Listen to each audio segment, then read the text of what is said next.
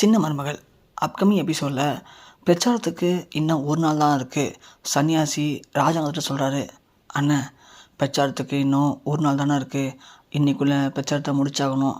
நாம் ஏற்கனவே நம்ம ஊர் பொதுக்குழு மீட்டிங்கில் நம்ம ஊர் ஆளுங்களாம் வந்து கலந்துக்கிட்டாங்க. அதனால் கண்டிப்பாக நம்ம ஊர் ஆளுங்கள்லாம் நமக்கு ஓட்டு போட்டுருவாங்கண்ணே. ஆனால் நாம் வெளியூர் போனோம்ல, அன்றைக்கி ஒரு 5-6 ஊரில் நம்மளை யாருமே உள்ளே விடவே இல்லைண்ணே.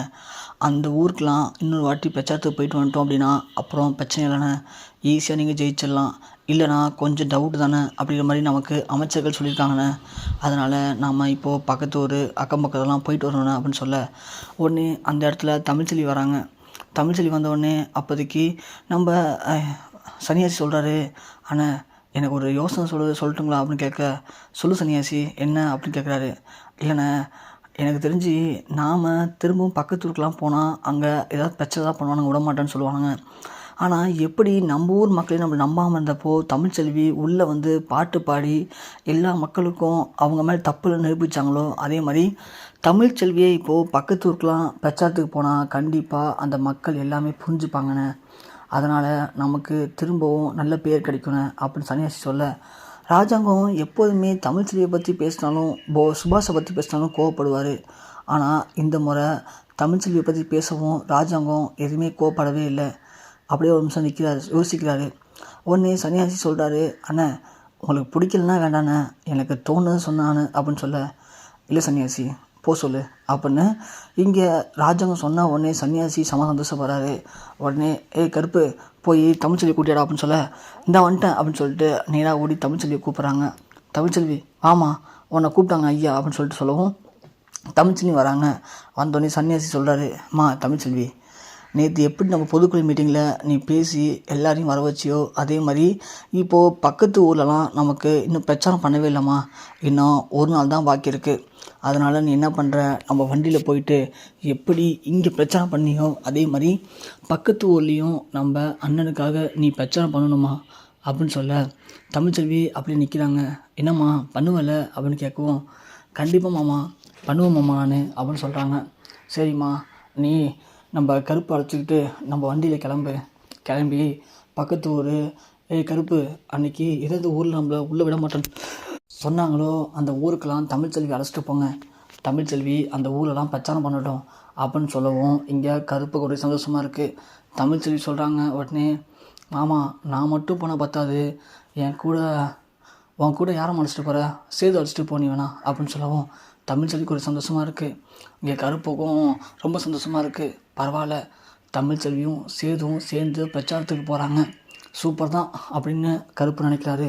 சேதுவும் ஒன்றுமே சொல்லாமல் கிளம்புறாரு. இதை பார்த்து ஈஸ்வரி உடனே சன்னியாசி தனியாக கூப்பிட்டு பேசுகிறாங்க. என்னங்க கொஞ்சம் கூட விவஸ்தை கெடுத்தனமா, அவர் ராஜாங்கத்தை ஜெயிலுக்கு அனுப்பிச்சு அவளை போய் பிரச்சாரத்துக்கு அனுப்புகிறீங்க, அதுவும் அவள் கூட சேது வர அனுப்புகிறீங்க, நீங்கள் ரொம்ப தப்பு பண்ணுறீங்க அப்படின்னு சொல்லவும், என்னடி சொல்கிற அப்படின்னு கேட்குறாங்க. ஆமாம், இவ்வளோ எதுக்கு பிரச்சாரத்துக்கு அனுப்புறீங்க நீங்கள் அப்படின்னு சொல்கிறாங்க. ஏண்டி அவள் போகிற உனக்கு என்ன பிரச்சனை ஈஸ்வரி அப்படின்னு கேட்க, ஆமாம் அவள் ராஜாங்க மாமாவை ஜெயிலுக்கு அமிச்சவ, அவளை போய் நீங்கள் அப்படி அமுச்சு விடுறதுலாம் சரியில்லைங்க அப்படின்னு சொல்ல, உடனே சன்னியாசி கோவப்படுறாரு. என்ன ஈஸ்வரி, என்ன உள்ளுக்குள்ளே ஒன்று வச்சுட்டு வெளில ஒன்று பேசுகிறியா, தமிழ்ச்செல்வியை பழி வாங்கத்தில் உனக்கு என்ன அப்படி கோவம், நேற்று பொதுக்குழு மீட்டிங்கில் ஐயாவுக்கு முன்னாடி, அதான் ராஜாங்கனுக்கு முன்னாடி எந்த ஒரு ஊர் மக்களுமே வரவே இல்லை. உங்களெலாம் போய் ஊர் மக்களை கூட்டிகிட்டு வாங்கன்னு சொன்னால் ஒரு ஆளும் ஏஞ்சி போகலை, யாருமே வரலன்னு சொல்லி நீங்களாம் ரொம்ப சந்தோஷமாக இருந்தீங்க. ஆனால் அந்த இடத்துல தமிழ்ச்செல்வி வந்து பேசுனதுக்கப்புறம் தான் ஊர் மக்கள்லாம் வந்தாங்க. நேற்று அண்ணனோட மானத்தையே காப்பாற்றினது தமிழ்ச்செல்வி தான். அப்படி இருக்கும்போது தமிழ்ச்செல்வியா அண்ணனை கைது பண்ண வச்சிருப்பா, எனக்கு இப்போது சந்தேகம் இருக்குது ஈஸ்வரியாவில் அப்படின்னு சொல்லவும், ஈஸ்வரியாவில் ஒன்றுமே பேச முடியல. இதனடா புது கதையாக இருக்குது, இவரே யோசிக்கிறாரு அப்படின்னா கண்டிப்பாக மாமா யோசிப்பார், இது எப்படி விடக்கூடாது அப்படின்னு யோசிக்கிறாங்க. இங்கே பாரு ஈஸ்வரி, அமைதியாக வீட்டில் இருக்கணும், தேவையில்லா பிரச்சனை பண்ணக்கூடாது புரியுதா அப்படின்ட்டு சன்னியாசி போகிறாரு. இதை இப்படியே விட்டோம்னா கண்டிப்பாக ராஜாங்கம் சேது தமிழ்ச்செல்வி எல்லாம் ஒன்றாயிடுவாங்களே, ஏதாவது ஒன்று பண்ணி இது கெடுக்கணுமே அப்படின்னு இங்கே ஈஸ்வரி யோசிச்சுட்ருக்காங்க. இங்கே சொன்ன மாதிரியே சேது தமிழ்ச்செல்வி 2 பேருமே வண்டியில் போய் பிரச்சனை பண்ண ஆரம்பிக்கிறாங்க. சேது எதுவுமே பேசாமல் அமைதியாக வண்டியில் நிற்கிறாரு. ஆனால் தமிழ்ச்செல்வி அங்கே எப்படி மேடையில் பேசினாங்களோ அதே மாதிரி ராஜாங்க ஐயா யார், எப்படியாப்பட்டவர், அப்படி இப்படின்னு அவரை பற்றி புகழ்ந்து பேசிகிட்டே போகிறாங்க வண்டியில். அது மட்டும் இல்லை, சேதுவோட கையெல்லாம் பிடிச்சி தூக்கி காட்டுறாங்க. உங்கள் வேட்பாளர் சேது ஐயாவுடைய அப்பா ராஜாங்க ஐயா தான். ஸோ அவரை நீங்கள் ஜெயிக்க வைக்கல அப்படின்னா கண்டிப்பாக இழப்பு உங்களுக்கு தான். ஐயா நம்ம கிராமத்தை எவ்வளோ பண்ணியிருக்காரு அப்படி இப்படின்னு இவங்க பட்டே பேசுகிறாங்க. சேதுவோ ஒரு பக்கம் தமிழ்ச்செல்வி பேசுறதை பார்த்து அசந்து போயிறாரு. வாயிலாக போச்சுன்னு நினச்சேன், ஆனால் இந்த போடு போடுறாளேவ அப்படின்னு சேது ஒரு மாதிரி பார்க்குறாங்க. இதை ஈஸ்வரி சும்மா இல்லாமல் நேராக போய் தாமரைட்டையும் சாவித்திட்டு சொல்கிறாங்க. தாமரை பாத்தியா, இப்போது ராஜாங்க மாமாவே தமிழ்ச்செல்வியை பிரச்சாரத்துக்கு அனுப்பி வச்சுருக்காரு. அதுவும் தமிழ்ச்செல்வியும் சேதுவையும் சேர்த்து அனுப்பிச்சி வச்சுருக்காரு. இதை இப்படியே விட்டோம்னு வச்சுக்கேன், எலெக்ஷனில் ராஜாங்கம் ஜெயித்தாங்கன்னா கண்டிப்பாக அது காரணம் தமிழ்ச்செல்வி தான் சொல்லி என் புருஷனே அவருக்கு ஜால்ரா போட அமைச்சிருவார். அதனால் அவங்கள எப்படி சும்மா விடக்கூடாது. அவங்கள சும்மா விட்டோம் அப்படின்னா அப்புறம் நாம் நினச்சது எதுவுமே நடக்காது தாமரை அப்படின்னு இங்கே ஈஸ்வரி வந்து தாமரையை ஏற்றி விட்றாங்க. உடனே சாவித்திரி சொல்கிறாங்க, கரெக்டாக நீ நாம் மட்டும் இந்த விஷயத்தில் கவனம் இருக்கக்கூடாது. நாம் ஏற்கனவே இந்த ஹோட்டலை அடித்து நொறுக்கணும், ஆனால் அதை வச்சு ஒரு பிரச்சனையும் உருவாக்கணும். ஆனால் அந்த பிரச்சனை இப்போது தமிழ்ச்செல்வியால் அப்படியே அமைதியாகிடுச்சு. அதனால் தமிழ்ச்செல்வி திரும்பவும் அவள் ஆட்டத்தை ஆரம்பிச்சிட்டா. அவள் மட்டும் இப்போது பிரச்சாரத்தில் ரொம்ப மும்மரமாக இருக்கா. இப்போ மட்டும் ராஜாங்க மாமாவை ஜெயித்தாங்கன்னா கண்டிப்பாக நமக்கு தான் ஆச்சு பிரச்சனை அப்படின்னு ஒரு பக்கம் ஈஸ்வரி பேசுகிறாங்க. சரி கரெக்டு தான், நீ இவ்வளோ சும்மா விடக்கூடாது, என்ன பண்ணுறதுன்னு தெரியலையா நீ அப்படின்னு சொல்ல, நான் ஒரு யோசனை சொல்கிறேன் தாமரை, அதை மட்டும் நீ கரெக்டாக பண்ணிட்டேன்னா கண்டிப்பாக தமிழ்ச்செல்வியை திரும்ப இந்த வீட்டுக்குள்ளேயே வர முடியாது அப்படின்னு சொல்கிறாங்க. சொல்லுங்கள் அத்தை, என்ன பண்ணணும் அப்படின்னு கேட்க, ஒன்றில் தாமரை, அன்னைக்கு எப்படி ரவுடி பசங்களை அனுப்பிச்சு அந்த ஹோட்டலை அடித்து நொறுக்க சொன்னியோ அதே மாதிரி இப்போது பிரச்சாரத்துக்கு இருக்க தமிழை அதே பிரச்சார கூட்டத்தில் வச்சு ஒரு 10 ரவுடி பசங்களால் அவளை ஏதாவது ஒன்று பண்ணிட்டோம்னு வச்சுக்கேன், கண்டிப்பாக அதுக்கப்புறம் தமிழ்ச்செல்வியால் நமக்கு எந்த தொலையுமே இருக்காது. நீ ஆசைப்பட்ட மாதிரி சேது பண்ணி கல்யாணம் பண்ணிக்கலாம், நாங்கள் ஆசைப்பட்ட மாதிரி 2 பேருமே ஜம்முன்னு வீட்டில் இருக்கலாம். என்ன சொல்கிறீங்க? ஆனால் நாம் இந்த ஒரு வாய்ப்பை மிஸ் பண்ணிட்டோம் அப்படின்னா இந்த பிரச்சாரம் முடிஞ்சதுக்கப்புறம் எலெக்ஷன் நடக்கும். எலெக்ஷனில் ராஜாங்க மாமா ஜெயிச்சிருவார். ஆனால் ராஜாங்க மாமா ஜெயிச்சான்னு சொல்ல மாட்டாங்க, எல்லாருமே தமிழ்ச்செல்வியால் தான் ராஜாங்கம் ஜெயிச்சான்னு சொல்லுவாங்க. தமிழ்ச்செல்வியுடைய மாமனார் தான் ராஜாங்கம், அப்படி ஒரு பேர் கிடச்சிரும். அப்படி ஒரு பேர் கிடச்சிச்சுன்னா அதுக்கப்புறம் நாம் எது நினச்சாலுமே நடக்காது, பார்த்துக்கு தாமரை அப்படின்னு ஒரு பக்கம் தாமரையை உசுப்பேற்றி விடுறாங்க ஈஸ்வரி. அப்புறம் சேதுவையும் தமிழ்ச்செல்வியும் ஏன் யார் நினச்சாலும் பிரிக்க முடியாது, பார்த்துக்கு தாமரை அப்படின்னு சொல்கிறாங்க. தாமரைக்கு ஒரு பக்கம் ஆதங்கம் அதிகமாக இருக்குது. அத்தை சொல்கிற மாதிரி இவங்கள இப்படி விட்டுறக்கூடாது, ஏதாவது ஒன்று பண்ணி அவருமேன்னு சொல்லி தாமரை யோசிக்கிறாங்க.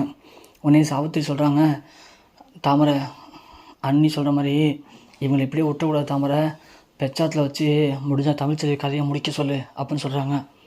சரிம்மா அப்படின்னு சொல்லிட்டு இங்கே ஒன்று தாமரையும் அவங்க சித்தப்பா பசுபதிக்கு கால் பண்ணி ஒரு 10 ரவுடி பசங்களை இப்போது தமிழ்ச்செல்வி எந்த ஊருக்கு போயிருக்காங்களோ அந்த ஊர் அட்ரஸை சொல்கிறாங்க. அங்கே போயிட்டு கூட்டமாக கல் விட்டுஞ்சு அடித்து கலவரத்தை உண்டு பண்ண சொல்லி அதில் தமிழ்ச்செல்வியாக போட்டு தள்ளிடுங்க அப்படின்னு இங்கே பசுபதிகிட்ட சொல்கிறாங்க தாமரை. அது மட்டும் இல்லாமல் அதுக்கு எவ்வளோ பணம் செலவாகுதோ பரவாயில்ல, அதை நான் ரெடி பண்ணி தரேன்னு சொல்லி சொல்கிறாங்க. அதேமாதிரி பசுபதியும் ஒரு 10 ரவுடி பசங்களை தமிழ்ச்செல்வி எங்கே பிரச்சனை பண்ணுறாங்களோ அந்த இடத்துக்கு அனுப்பியும் வைக்கிறாரு. ஆனால் அங்கே சேது இருக்கிறத யாருமே யோசிக்கவே இல்லை. அந்த 10 பேரும் அங்கே போயிட்டு பிரச்சனை பண்ணுறாங்க. தமிழ்ச்செல்வி அடிக்க வரும்போது சேது எல்லாருமே அடித்து துவம்சம் பண்ணுறாரு. கருப்பு ஒரு பக்கம் எல்லாரையும் பார்த்து வச்சுக்கிறாரு. அதே மாதிரி சேதுவை மீறி தமிழ்ச்செல்வியை யாருமே ஒன்றும் பண்ண முடியல. எல்லாரையும் அடித்து முடிச்சுட்டு சேது அங்கே இருக்க எல்லாரையும் பிடிச்சி கட்டியும் போட்டுறாரு. ஊர் மக்கள்லாம் சேர்ந்து அவங்கள அடித்து துவம்சம் பண்ணிடுறாங்க. கடைசியாக ஊர் மக்கள் எல்லாம் சேர்ந்து அவங்கள கட்டி போட்டு இவங்களாம் யார் அனுப்புனாங்க, எதுக்குடா வந்தீங்க அப்படின்னு விசாரித்தா அப்போது அவங்க எல்லா உண்மையும் சொல்கிறாங்க. இந்த மாதிரி பசுபதி ஐயா தான் எங்களை அனுப்பிச்சுட்டாரு அப்படின்னு சொல்லிட்டு உடனே ஊர் மக்களோட தமிழ்ச்செல்வி சேது கருப்புன்னு சொல்லி எல்லாருமே பசுபதியை போய் கேட்குறாங்க. கேட்டால் பசுபதி முதல்ல உண்மையை சொல்ல மறுக்கிறாரு. அப்புறம் ஊர் மக்கள் எல்லாருமே கொந்தளித்து பேச வேறு வழியே இல்லாமல் பசுபதி உண்மையை சொல்கிறாரு. இது மாதிரி தாமரை தான் எங்களை அனுப்பிச்சுட்டாங்க, தாமரை சொல்லி தான் நாங்கள் ஆளுங்களை அனுப்பிச்சேன் அப்படின்னு சொல்லவும் இங்கே சேதுக்கும் கருப்புக்கும் தமிழ்ச்செல்விக்கும் பயங்கர ஷாக்கிங்காக இருக்குது. தமிழ்ச்செல்விக்கு முன்னாடி தெரியும், ஆனால் சேதுக்கும் கருப்புக்கும் இது வரைக்கும் தெரியாது. தாமரை தான் அந்த விஷயத்தெலாம் பண்ணிகிட்ருக்காங்கன்னு சொல்லிட்டு அது தெரிஞ்ச சேது உண்மையை சொல்ல இல்லைன்னா வெட்டி இங்கேயே கூறு போட்டுருன்னு சொல்கிறாரு. உண்மையாகவே தாமரை தான் பண்ணா அப்படின்னு சொல்லிட்டு சொல்ல இங்கே சேது ஒத்துக்க மறுக்கிறாரு. உடனே பசுபதி அந்த டைமில் தாமரைக்கு கால் பண்ணுறாரு. கால் பண்ணி, தாமரை நீ சொன்ன மாதிரி தமிழ்ச்செல்வியை கதையை முடிக்கிறதுக்கு 10 பேர் அமைச்சிருக்கேன், போதுமான்னு கேட்க, போதும் சித்தப்பா, ஆனால் எந்த பிரச்சனை இல்லாமல் அவள் கதையை மட்டும் முடிச்சிருங்க சித்தப்பா, அது போதும் எனக்கு அப்படின்னு தாமரை பேசுகிறாங்க. அதை கேட்டவுடனே சேது இங்கே பயங்கரமாக ஷாக் ஆகிறாரு. அடி பாவி, உன்னை போய் எங்கள் அப்பா இவ்வளோ நம்பினா இருப்பார், கூட பிறந்த தங்கச்சியும் மகளுமே இப்படி எங்கள் குடும்பத்தை இவ்வளோ கருவறுத்துருக்கீங்களே, உங்களை இனிமேல் சும்மா விட்டு வச்சோன்னா கண்டிப்பாக நீங்கள் எங்களையே எதனா பண்ணிடுவீங்கன்னு சொல்லிட்டு சேது கருப்பு பயங்கர கோவமாக வீட்டுக்கு போகிறாங்க. வீட்டுக்கு போயிட்டு இங்கே நடந்த எல்லாத்தையும் கருப்பு அப்பத்தாட்ட சொல்கிறாரு. அப்பத்தா உடனே அழுவ ஆரம்பிக்கிறாங்க. அந்த தாமரையும் சாவித்திரியும் கூப்பிட்டு பல அறையிறாங்க. அப்போ தான் ராஜாங்கம் கீழே வராரு. என்னாச்சு ஆத்தா, என்ன பிரச்சனை கேட்கும்போது இங்கே அப்பத்தா எல்லா உண்மையும் சொல்கிறாங்க. சொன்ன உடனே ராஜாங்கம் பயங்கரமாக கொந்தளிக்கிறாரு. நேராக ரூமில் போய்ட்டு ஒரு அருவாள் தூக்கிட்டு வராரு. அதை பார்த்த சாவித்திரியும் தாமரையும் உடனே ஓடி போய் அண்ணா மன்னிச்சிருங்கண்ணான்னு சொல்லி ராஜாங்கம் காலில் விடுவாங்க. ஸோ கண்டிப்பாக ராஜாங்கம் இந்த இக்கட்டான சுச்சுவேஷனில் என்ன முடிவெடுப்பார், சேதுவையும் தமிழ்ச்சையும் சம்மதப்பிச்சு மன்னிச்சு ஏற்றுப்பாரா, இவங்க 2 பேரையும் வீட்டோட வெளியே அனுப்புவாரா, இன்னும் நடக்க போகுது அப்படிங்கிறத கண்டிப்பாக பொறுத்து வந்து பார்க்கலாம்.